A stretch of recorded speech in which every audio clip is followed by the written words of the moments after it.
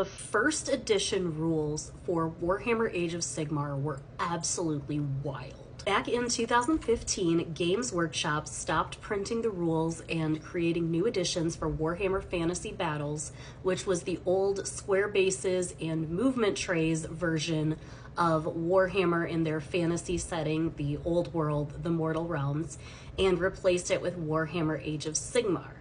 Age of Sigmar introduced a new era in the lore of that realm.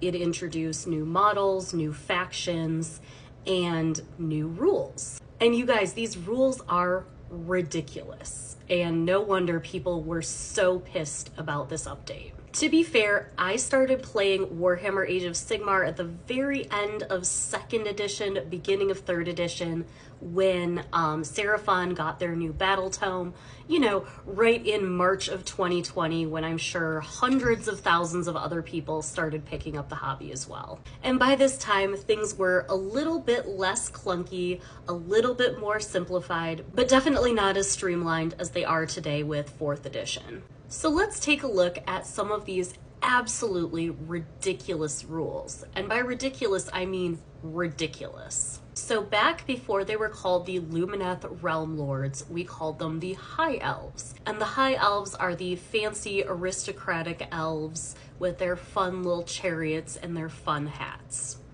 And they had a rule called Ancient Dignity. Let me just read it for you. Ancient Dignity. Dragons are ancient and prideful creatures, and elves that ride them are no less haughty. But from such nobility and dignity stems an inner strength.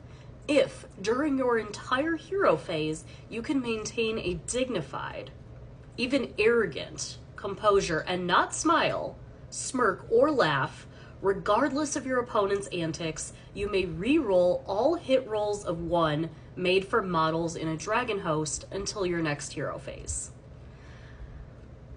And this goes on. So there's a few more of these rules for almost every faction. So for the Beastman, which they don't have them anymore, but if you were playing Beastmen in 1st edition, there was a rule called Braying Warcry. Let me just read this for you. Red-hot rage festers in the savage minds of wargors, their only desire to rend and destroy. You can add 1 to all hit rolls made for a wargor if, before rolling the dice, you let loose a primal war cry. That's right. Your war cry must use no actual words, but angry grunts and raging snorts are encouraged. Like, yes, in 40K, right, in tabletop 40K, in tabletop AoS, people playing orcs, they'll yell wah. But that's not like part of the rules. That's not part of the scoring.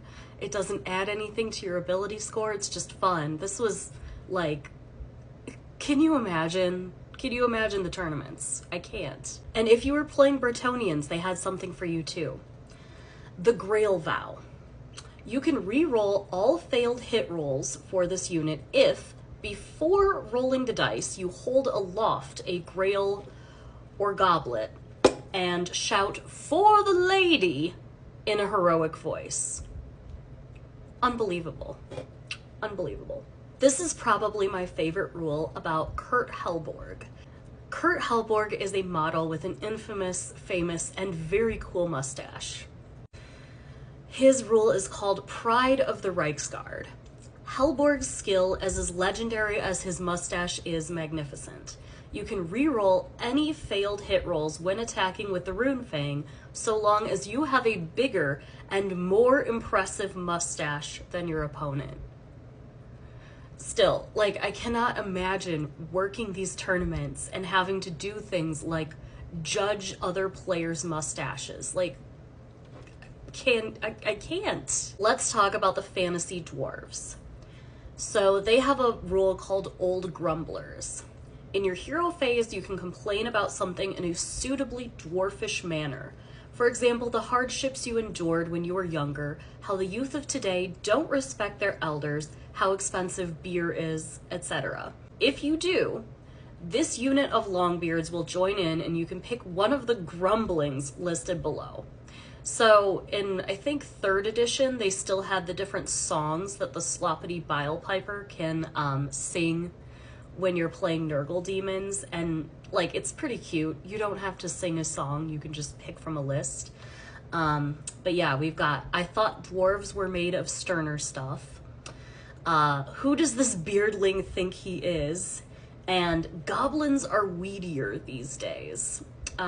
Adorable, very cute, but this is too much, guys. That brings us to the imaginary horses.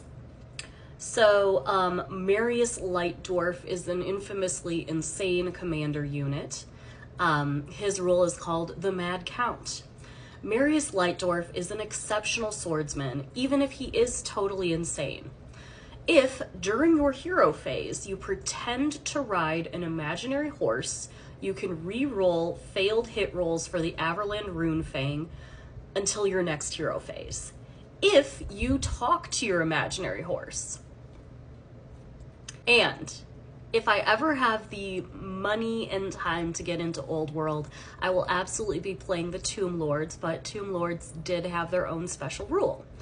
Underground Scuttlers.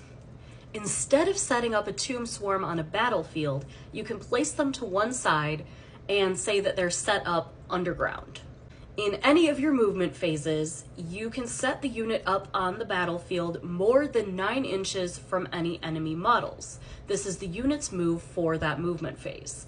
The unit can burrow back underground in any of your future movement phases. If it does, remove the unit from the battlefield. It can return later, as described above.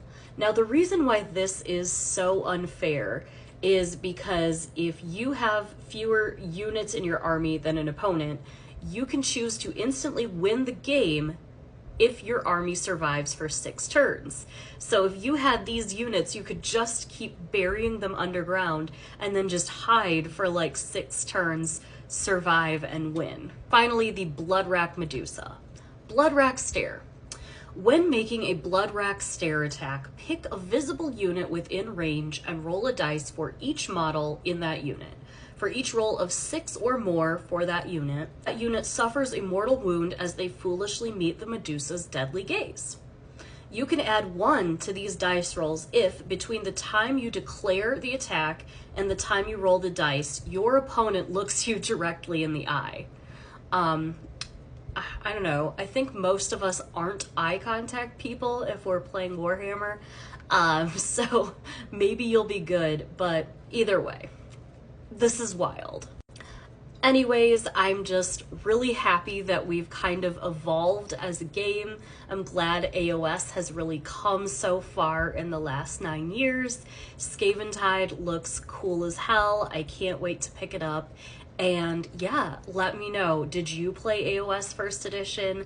And if so, please let me know if any of these rules were enforced in a tournament or you tried playing these with your friends. I'm just so curious how it all went for you.